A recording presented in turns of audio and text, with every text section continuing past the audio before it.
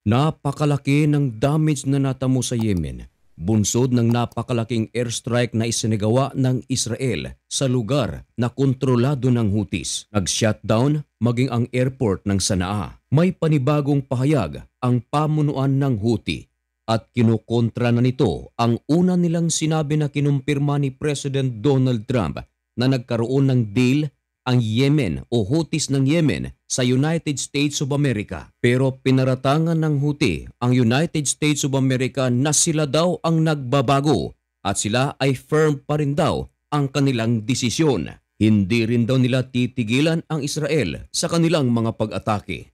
Yan ang ating pag-uusapan sa videong ito. Pero bago ang lahat ay huwag kalimutang mag-subscribe. Samahan na rin ng malutong na like.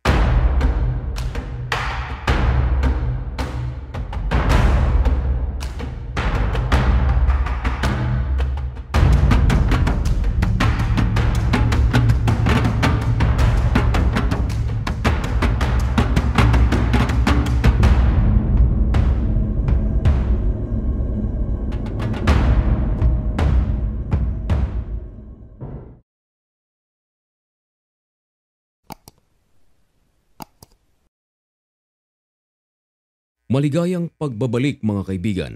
Kumusta na kayong lahat? Ngayon ay May 8, 2025. Meron na bang mga gumagapang sa inyo dyan?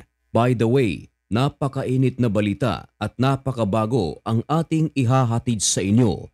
Ito ay tungkol sa pinakabagong pahayag ng militanteng grupo sa Yemen na Houthi sapagkat inakusahan nito ang United States of America na di umano US daw ang nagbabago ng kanilang stance. Pinalalabas ng Houthis mga kaibigan na nais pang umatake ng United States of America sa kanilang lugar. Kung baga ay pinalalabas ng Houthi mga kaibigan na nagsisinungaling si President Donald Trump dahil nitong nakaraang araw mga kaibigan tahasang sinabi ni President Donald Trump na ang Houthi ay nag-agreed na upang magkaroon sila ng long-term ceasefire. Ayon sa ulat ng BBC, isang senior Houthi official ang nag-reject sa mga sinabi ni US President Donald Trump na sumusuko na raw ang Houthi. Ayon sa Houthi mga kaibigan, wala raw itong katotohanan. Nangako pa ang Houthi na kanilang ipagpapatuloy ang mga pag-atake sa Israel bilang pagsuporta sa Gaza. Nitong nakaraang araw mga kaibigan ay nagsagawa ng isang napakalaking airstrike ang Air Force ng Israel kontra Houthis ng Yemen. At ang airport ng Yemen matinding pagkawasak. Maging ang mga infrastructures, maging ang mga daungan na nasa Hodeidah ay hindi pinalagpas ng pag-atake ng Israel. Ang video na inyong nakikita ay aktwal na kuha sa Sanaa. Makikita na nababalot ng napakakapal na usok ang naturang lugar at meron pang mga sunog na nangyayari. At ang matindi mga kaibigan, makikita rin sa video ito na merong eroplano na nagliliyab at wasak na wasak. Yan ay resulta ng 20 fighter jets ng Israel na umatake sa lugar ng Sanaa. Ayon sa mga nakasaksi sa naturang pambubomba ng Israel, merong mga gusali na dati ay masigla pero ngayon mga kaibigan ay tinupok ng apoy dahil sa airstrike ng Israel. Mga factories gaya ng paggawaan ng simento ay hindi rin nakaligtas. Ayon sa ulat, ang paggawaan ng mga simento ay ginagamit ng Houthi upang magsagawa ng kanilang tunnels. Ngayon, bakit natin sinasabi ang mga bagay na ito? Sapagat ang resulta ng mga pambubomba ng Israel mga kaibigan, ilang oras lamang ang nakalipas ay naglabas ng pahayag ang pamunuan ng Houthi.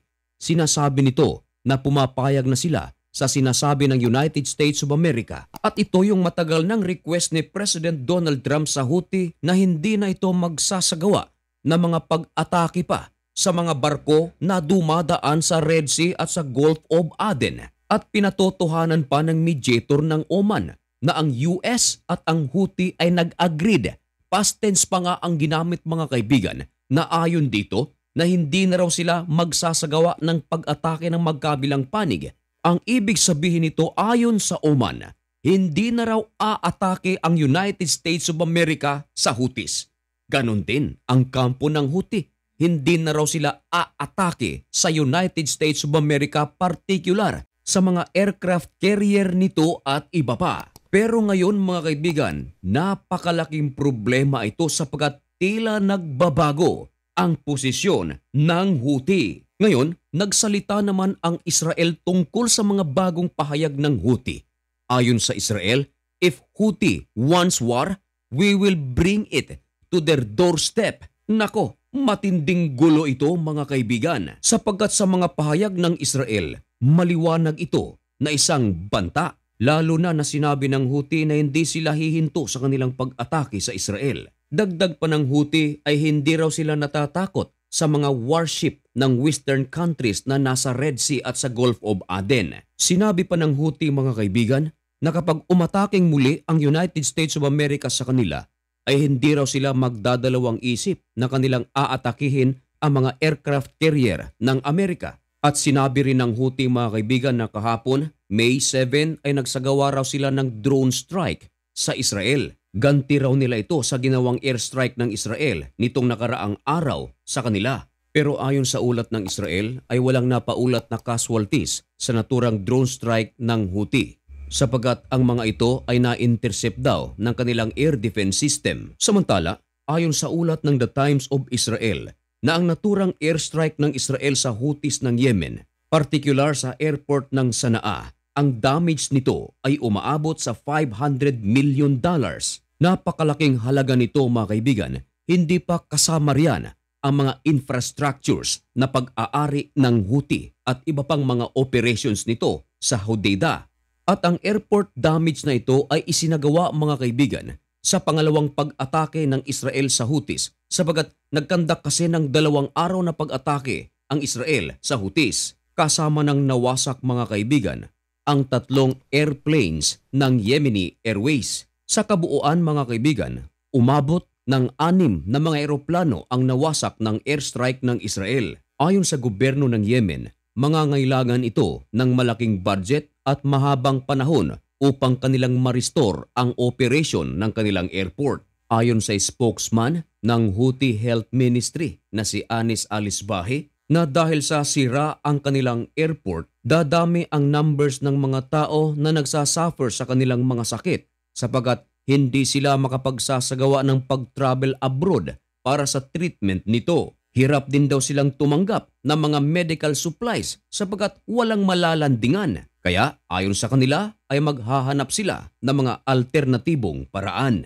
Mga kaibigan, hanggang dyan na lamang muna ang ating update sa pagitan ng Israel, Houthis at United States of America. Kung nais mong maging updated sa mga bagong kaganapan sa Israel, United States of America, Houthi, Middle East at sa iba't ibang panig ng mundo, baka naman pwedeng makahingi ng kaunting pabor. I-subscribe mo na ang napakaliit nating channel na ito, lalo na kung bago ka pa at gusto mo ang ganitong mga content. Sa lahat ng aking mga kababayan, Luzon, Visayas at Mindanao at sa iba't ibang panig ng mundo, may God bless you and thank you so much for watching. Goodbye.